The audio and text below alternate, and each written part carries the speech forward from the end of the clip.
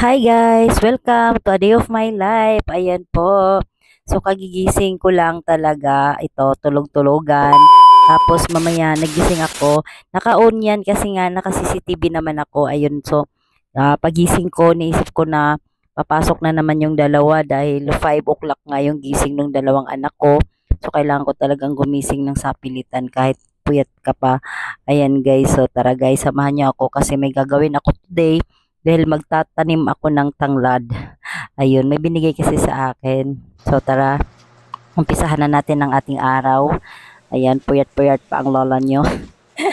Ayan guys, so kailangan natin gumising. Ayan, ganito ako pag umaga, no? Deep fresh. So guys, maglinis na naman ako. Ito, nagising na naman ako ng maga, 5 o'clock kasi may aga ang pasok nila.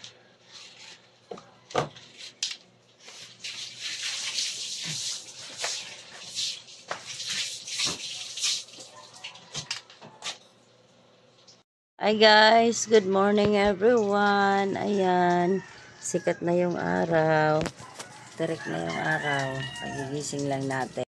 Pero in fairness guys, alam mo ba kahit sikat yung araw na yan, 5:30 pa lang yan. Parang 5:30 something ganyan yan eh. So yung 5:30 kasi dito umaga na. So, hindi mo siya namamalayan na maaga pa lang siya. Bada, supposed to be, pag madaling araw is, ano yun, madilim-dilim pa pag 5:30. Dito kasi 5:30, wala, ganun na kadilim. So, ayan, ginawa ko yan kasi yung tanglad kagabi na binigay ni Nanay Lulu, yung itatanim ko talaga yun dun sa paso ko at saka dun sa likod. So, gagawin ko yan para kahit pa paano may makuhaan ako ng tanglad. Di naman mahal ang tanglad dito pero mas maganda kasi pag may tanim ka ng tanglad. Hindi ako nabubuhay ng tanglad pero susubukan ko pa rin tanim yung tanglad na binigay sa akin ni Nanay Lulu. Yung lababo namin, ganun lang kasimple. Hindi naman kasi sa akin talagang bahay na to so hindi ko siya mapapaganda. Ayan. Kala nyo, ganyan lang yan. Ako gumawa niyan, ako nag-tiles niyan. Ako lahat ng gumawa niyan ng lababo ko kaya gawa-gawa ko lang yan. Ayan, so kailangan ko maglinis muna bago matapos ang araw kasi kailangan kong pumasok ngayon. Araw na to, maghahanap ako ng kaperahan. Yan, char. Pag nanay ka, kailangan doble-doble sipag mo. Maghahanap ako ng pera. Panggastos na. Pambayad sa jutang. Ayan, so guys, tara. Kasi ang gagawin ko, pagkatapos ko maglinis, magtatanim ako ng tanglad. Yung tanglad na aking kailangang mabuhay yun. Tara guys.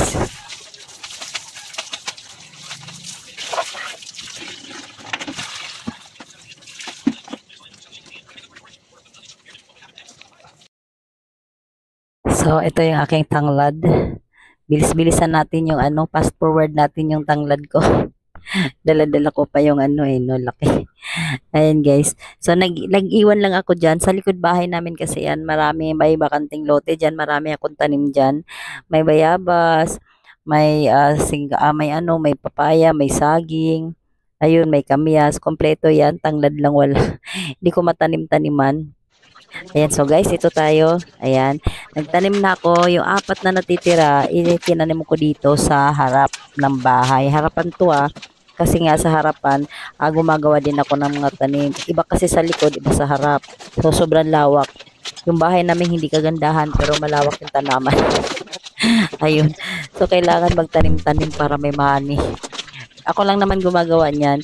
Lahat ng mga tanim ko, lahat ng mga halaman ko, mga yung plantita ko, no. So, ayan guys, yung ko, tinanim ko na malunggay bonsai. Diyan ko lang tinanim siya. Pero, ayan lang sa lingsing na siya, oh. Yan. Dalawa yan siya. Yung isa, wala pa eh. Ito pa lang yung mayroon, oh. Hindi ko nalagyan ng kapit tong isa eh. Wala nalagyan ko. Ayan, tinanim ko yung 4 na tanglad. Kaya para sana tumubo.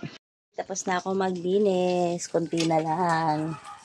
At kailangan yung CR, mamaya ko nalilinisan. Gawa nga ng, andyan naman yung anak ko maglilinis. Okay na. Tuyo. Wala. Bakit?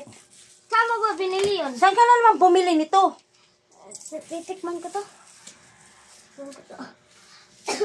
Saan ka bumili? Guys, kape tayo. Ayan. May siyasid yan.